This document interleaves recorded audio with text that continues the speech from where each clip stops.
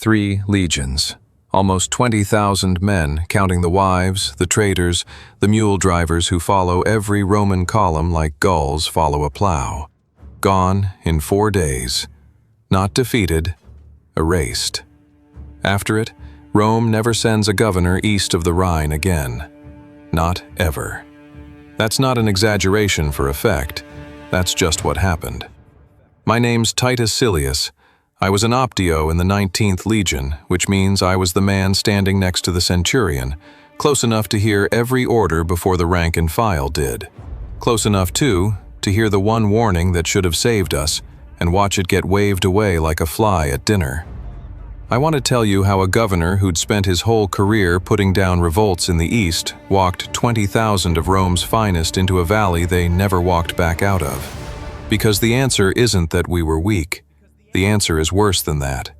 The answer is that we were led by a man who genuinely believed the war was already over. By the autumn of the 9th year, Rome had held the land east of the Rhine for most of a generation. Not conquered exactly. More like leaned on, hard, until it stopped pushing back. Publius Quinctilius Varus arrived 2 years earlier to finish the job properly. Turned Germania into a province like any other. Taxes, paid in coin the tribes barely used before we showed up. Roman law, applied by men who'd never once had to explain themselves to a German farmer in his own language. A summer camp on the river Weser that had started to look less like an army post and more like a small Roman town. A market, a bathhouse half-built, tribal chiefs holding court disputes in front of Varus like he was already the only law that mattered. I'd served under Varus already, in Syria, years before this posting. He governed that province the same way he governed everywhere. Like the locals existed to be managed, not listened to. It worked well enough there, where the tribes had been settled and taxed under one empire or another for centuries, and mostly just wanted to be left to their business. Here, it didn't work at all. It just looked like it was working, because for a long while, nobody had told him otherwise. 3 legions garrisoned that frontier, the 17th, 18th, and my own 19th. Between us, roughly 15,000 fighting men, plus 6 cohorts of auxiliary troops recruited from the tribes themselves. Men who wore Roman gear, took Roman pay, and in more than a few cases still answered, when it mattered most, to blood before oath. I remember one summer afternoon at that camp on the Weser, watching Varus hear a land dispute between 2 tribal families the way he'd have heard one in Syria or Judea, through an interpreter, by Roman statute, with a lictor standing by holding the rods a Roman magistrate used to punish citizens. Free men, men who'd never sworn an oath to Rome in their lives, standing in front of a foreign judge who'd already decided the case belonged to him to decide at all. Historians still argue over exactly how far Varus pushed that kind of thing. The ancient writers who blame him for provoking the revolt were mostly writing after the disaster, with every reason to make him the villain of the story. But I was there for smaller versions of that same scene more than once, and I can tell you the tribesmen who watched it happen did not leave those hearings looking like men who felt governed. They left looking like men who felt insulted. Not every soul in that column wore armor. My own tent mate, a 19th Legion veteran named Publius, had his wife and a daughter of maybe 6 years old traveling with the baggage train that autumn. Common enough for a posting that had started to feel permanent. I used to see the girl some evenings, chasing the camp dogs between the wagons while her mother mended gear for coin. I think about her more than I probably should, given how little I actually knew her. She is not a footnote to me. She was one of several thousand people in that column who never held a weapon and never had a choice about being there. And whatever happened to the soldiers happened to them too, only without even the thin comfort of a shield. There was a man at Varus's table most nights that summer. Arminius, a Cheruscan noble, maybe 25 years old, raised half his life as a hostage in Rome as a boy. Rode with our auxiliary cavalry, held Roman citizenship, which wasn't handed out lightly to a German that age, spoke Latin better than half the legionaries under my command, and carried himself like a man who'd decided a long time ago exactly how he wanted to be seen. Varus trusted him completely, called him a friend, a loyal son of Rome standing among barbarians who still needed civilizing. I never trusted him myself, for what that's worth. Not for any reason I could have put into words back then. Just a feeling you get watching a man agree with everything you say a little too fast, a little too smoothly. What I didn't know, what none of us knew, was that Arminius had spent that entire summer riding between the tribes at night, building something none of them had managed in living memory: an alliance. Cherusci, Marsi, Bructeri, Chatti, tribes that had spent generations feuding with each other over cattle and grazing land and old blood debts, all quietly agreeing on exactly one thing: Rome had to go. It's worth saying plainly, because later writers sometimes flatten this into a single, united German nation rising up as one. It wasn't that. It was a fragile, temporary truce between rivals who trusted the plan more than they trusted each other, and it would fall apart again within a few short years of the very victory it was about to win. Late in the summer, another Cheruscan noble came to Varus.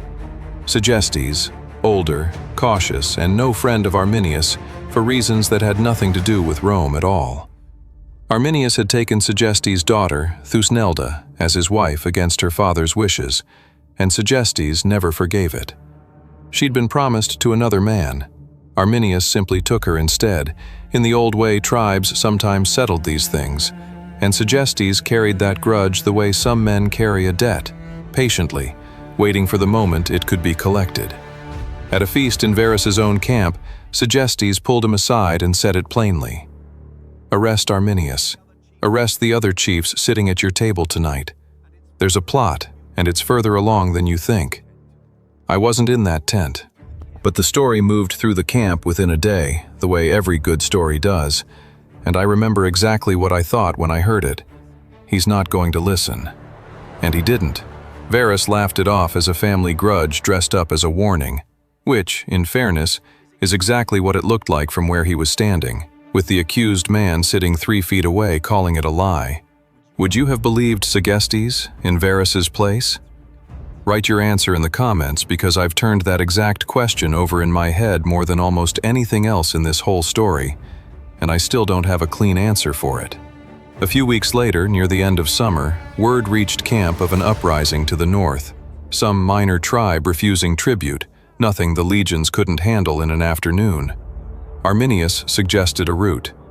Not the usual road back to winter quarters along the Lippe, the one Roman engineers had built and maintained for years, with forts spaced along it and supply depots Varus could count on. A shorter path, he said, through the hill country, that would let Varus put down the rebellion on the way home, instead of marching there separately and losing weeks he didn't have before the weather turned. Varus agreed. Of course he agreed.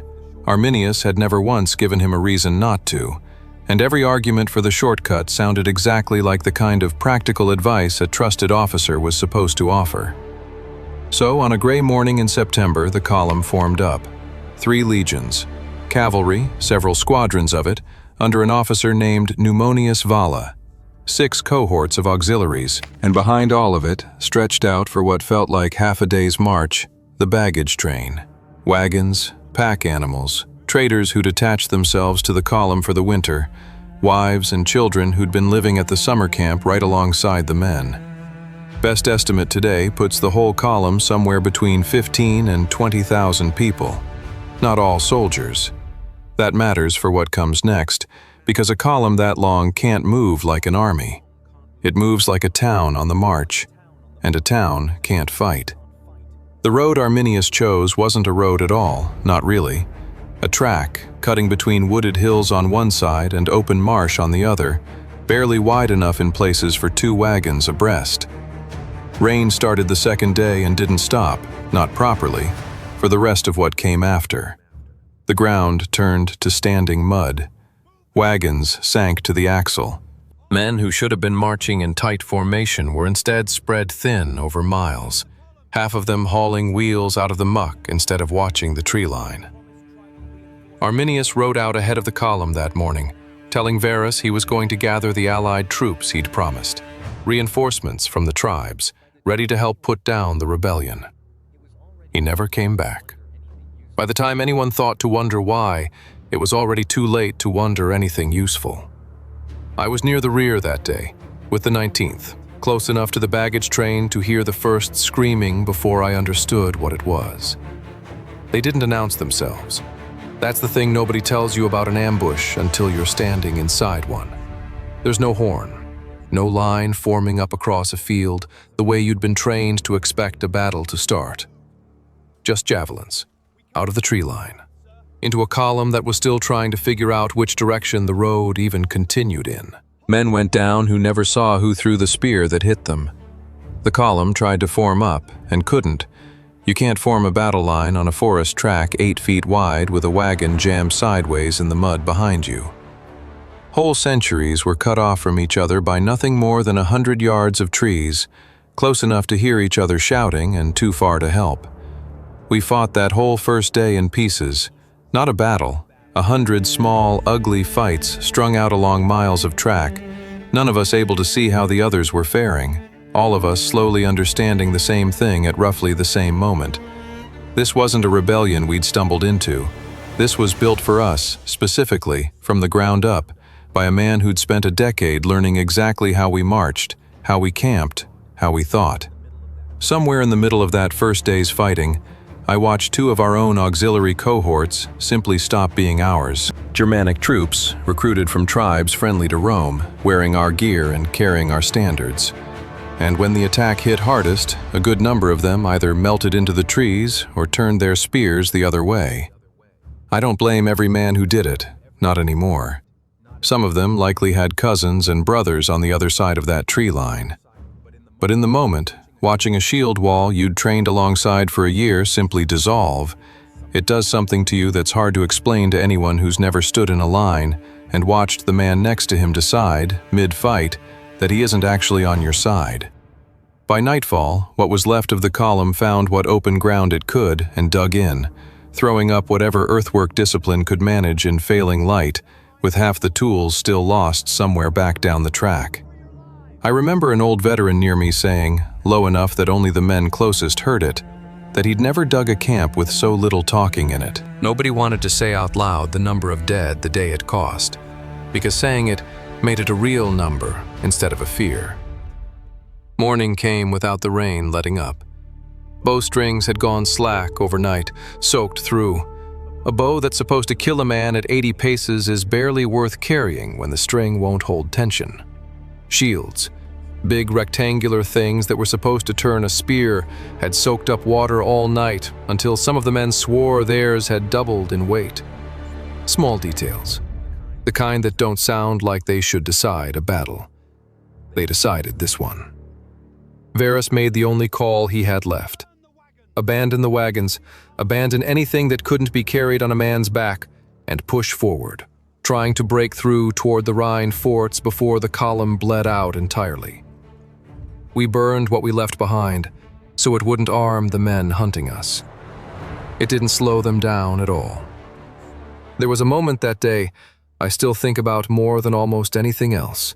2 of Varus's senior officers, camp prefects both, faced the same collapsing situation and answered it in opposite ways. One of them, a man named Segestes, argued for surrender. Better to die slowly at the enemy's leisure, he said, than quickly on our own terms. The other, Lucius Aegius, held his ground and kept his men fighting.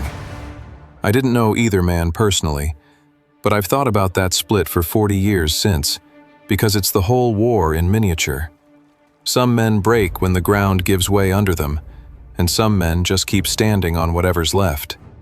What we didn't know, and wouldn't understand until it was already closing around us, is that Arminius hadn't just picked a bad road. He'd picked the one stretch of ground in the whole region shaped like a trap. A narrow strip, maybe 100 paces wide at its tightest, squeezed between a steep, wooded hill on one side and a bog on the other. Barely room for the column to pass through a few men abreast, let alone fight as a formed unit. And along that strip, hidden in the tree line where the ground rose toward the hill, his men had built a wall. Turf and earth, low enough to stay out of sight from the track until you were already inside the trap, high enough for a man to throw a spear over it without exposing more than his arm. We marched straight into that funnel because there was nowhere else to march. Germans came off that wall in waves, and every yard we gained cost more than the last one had. I watched a signifer, a standard bearer, the man who carries the eagle a legion's whole identity is built around, go down not 10 feet from me, and watched 3 other men die trying to reach the standard before it hit the ground. That's not exaggeration for the story's sake. That's what an eagle meant to men who'd spent their whole careers marching behind one. Somewhere in that same crush, Numonius Valla made his choice. He pulled the cavalry back and rode for the Rhine, leaving the infantry to hold the funnel alone. I understood it, in a way. A mounted man has a chance a foot soldier doesn't, and maybe he told himself he was going for help. It didn't save him. The Germans ran his squadrons down before they'd covered half the distance, and he died in the act of running, which is a harder thing to be remembered for than dying at your post would have been.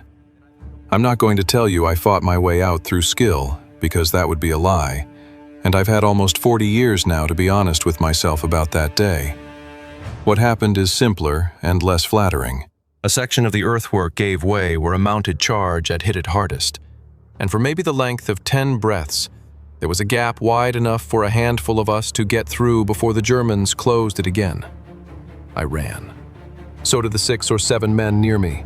Some of us made it clear of the trees, some didn't. Cut down from behind in the open ground past the wall. Close enough to see daylight that they must have believed, for one terrible second, that they'd made it. I carry that.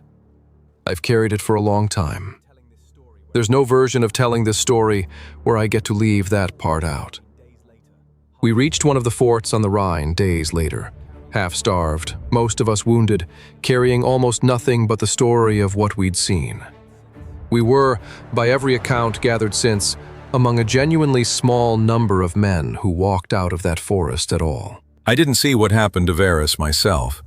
Nobody who did lived to describe it in detail beyond what reached us secondhand. So take this the way it deserves to be taken, as the best reconstruction historians have managed rather than something I watched with my own eyes. Over the following 2 days, what remained of the column was cut down again and again, trapped. No path forward and none back. Varus, according to the accounts that survive him, chose to fall on his own sword rather than be taken. Several of his senior officers reportedly did the same. The men still capable of fighting kept fighting anyway, in smaller and smaller groups, until there simply weren't enough of them left to call it an army. 3 eagles were lost across those 4 days, 1 for each legion.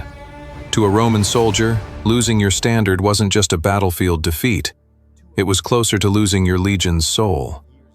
2 of those eagles would eventually be recovered, years later, at brutal cost. The 3rd was never found. Word reached Rome weeks later, and by every account from people who were there, it broke something in the emperor himself. Augustus, an old man by then, was said to have gone weeks without shaving or cutting his hair, and to have struck his own head against a doorframe in his grief, crying out for Varus to give him back his legions. Whether he said those exact words the way later writers recorded them, nobody can say for certain at this distance. But the shape of the grief itself is not in doubt.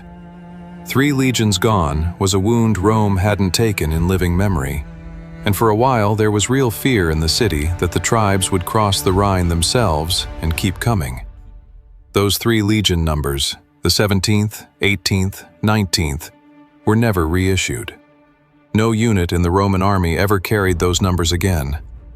That's not a small gesture from an empire that reused everything down to the timber in a burned fort. That's an empire admitting, quietly, that some losses don't get replaced. They get retired.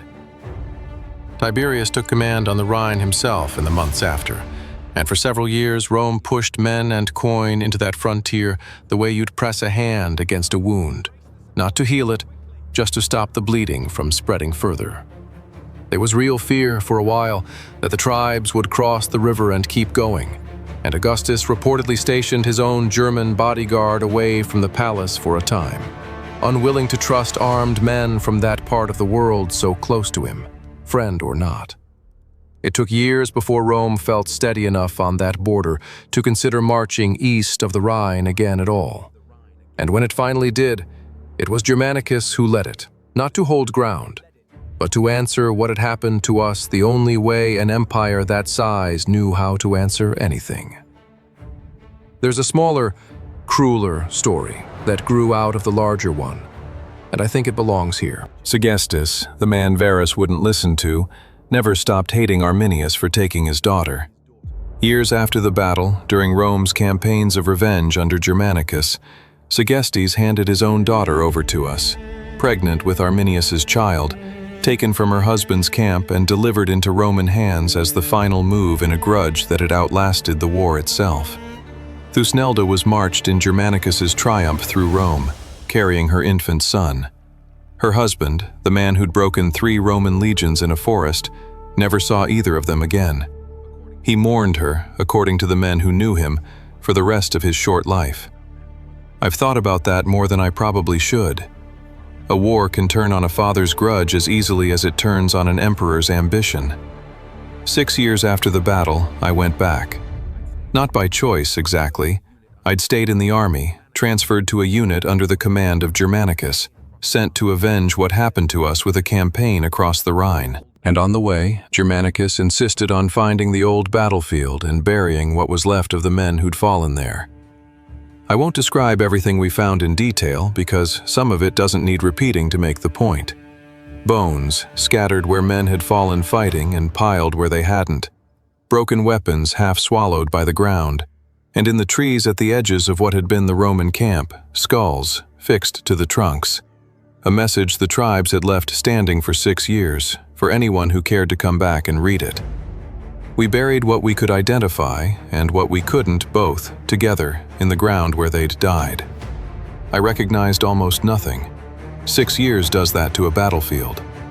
But I recognized the shape of the hill and the narrow strip of ground beside the marsh, and I understood, standing there as a much older man than the one who'd run through that gap in the wall, exactly how little room for error we'd ever actually had. Centuries later, people digging in that same ground would find the wall itself still there under the turf, along with the coins and buckles and one badly damaged iron mask from a cavalry parade helmet. Proof, if anyone still needed it, that the story hadn't grown in the telling. Arminius didn't get to enjoy his victory for long, as these things tend to go.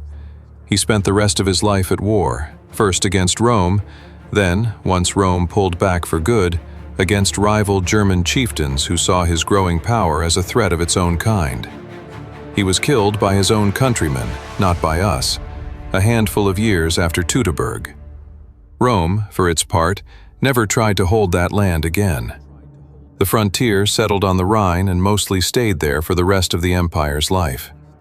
I'm an old man telling you this now, decades removed from the mud and the noise of it. I still don't have a clean answer for why I made it through that gap in the wall, and so many better soldiers than me didn't. I've stopped looking for one. Some days I think the honest answer is there isn't one to find. If a story like this is the kind of thing you come back for, there's more of it on this channel. Battles told from the inside by the people who actually stood in the mud. Subscribe if you want the next one when it lands.